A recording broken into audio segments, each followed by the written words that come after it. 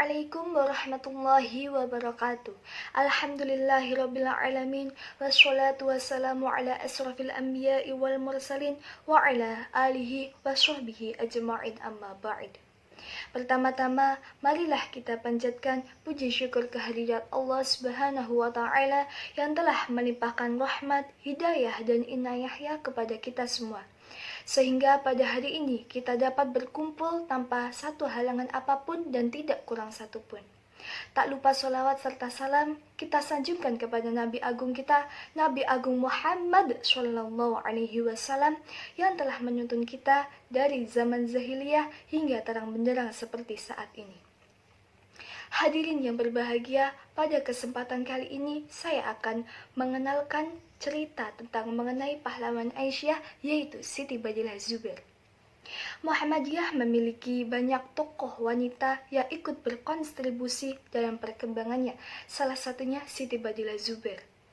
Siti Badilah adalah putri dari Haji Muhammad, seorang pedagang batik di Kauman, Yogyakarta. Ibunya Nyai Haji Moh adalah putri dari Kiai Haji Ja'far, adik dari Kiai Haji Hisham. Siti Badilah Zubair dilahirkan di Yogyakarta pada tahun 1904. Saudara-saudaranya antara lain yaitu Siti Umayyah, Siti Wahdaniyah, Siti Zahriyah, Haji Jili, Waji, dan Hanan. Adapun saudara lain ibu dan lain ayah yaitu Waqiah, Umi Rahmah, Zuhriyah, Badingah, Slamet, Abdul Razak, Ja'far, Hadi, Rawani, dan Lukman. Siti Badilah di kalangan wanita Indonesia, khususnya wanita Islam, berhasil mendongkrak kebekuan wanita di bidang pendidikan. Meskipun pendidikan Siti Badilah hanya sampai di Mulo, dari Mulo meneruskan ke RSPC Normal School dan RSPT Health Acte. Ketika masih sekolah di Mulo, beliau sering diajak oleh Kiai Haji Ahmad Dahlan berdakwah ke sekolah-sekolah yang memakai pengantar bahasa Belanda. Peran Siti Badilah di Aisyah adalah beliau termasuk salah satu di antara gadis-gadis Kauman yang menghadiri pertemuan sewaktu HB Muhammadiyah membentuk Bahagiaan Aisyah pada tahun 1917. Bahkan dalam pembentukan struktur HB Muhammadiyah, yang pertama kali Siti Badilah tercatat sebagai sekretaris Suara Aisyah. Dalam kongres di Mataram di Yogyakarta pada tahun 1928, Siti Badilah tidak termasuk dalam struktur panitia penyelenggara, akan tetapi dia bersama utusan HB Aisyah ikut sebagai tamu undangan dan anggota kongres. Sekalipun tidak terlibat dalam kepanitiaan kongres pertemuan perempuan pertama kalinya, tetapi Siti Badilah dan jajaran HB Aisyah turut mensukseskan kongres yang dinilai sukses oleh pemerintah pada pemerintahan tahun itu. Siti Badilah sendiri dikenal sebagai seorang penulis, bahkan namanya tercatat sebagai redaksi remaja majalah Suara Aisyah. Di usia ke-75 tahun, Siti Badilah di kepemimpinan Aisyah di Gondomanan diremajakan lagi, yang diketuai oleh Profesor Dr. Siti Baroroh Bariyat.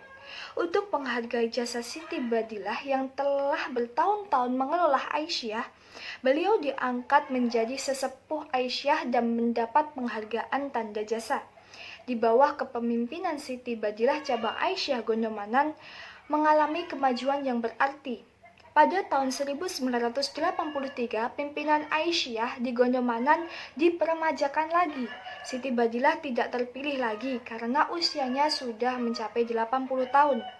Dalam tulisannya di majalah Aisyah pada tahun 1952, ia menekankan pentingnya peran kebangsaan dengan bekerja untuk membangun. Siti Badilah wafat pada hari Rabu dini hari pukul 10 Agustus 1988. Almarhum meninggal di usia 85 tahun setelah dirawat di Rumah Sakit PKU Muhammadiyah selama 20 hari. Jenazah diberangkatkan dari Kauman Yogyakarta diiringi ratusan takziah untuk diistirahatkan di makam keluarga Karangkajen Yogyakarta di bagian selatan. Dari pernikahan Siti Badilah dengan wira swastawan Haji Zuber tahun 1922 dikaruniai oleh 4 orang anak. Seorang meninggal pada waktu balita dan seorang lagi gugur sebagai pejuang peta. Hadirin yang berbahagia, dari kisah Siti Badilah Zuber, semoga kita sesama manusia selalu memiliki jiwa tolong-menolong dan gotong royong yang tinggi, dan selalu melakukan kegiatan yang bermanfaat dan berguna bagi orang banyak. Demikianlah pidato singkat yang dapat saya sampaikan. Cukup sekian pidato yang dapat saya sampaikan. Padi habis tinggal jerami, bakar dulu hingga bersih. Rupanya pidatoku hanya sampai di sini. Sekian dan terima kasih. Nunwal kalami wa mayasturun wa billahi taufiq wal hidayah. Wassalamualaikum warahmatullahi wabarakatuh.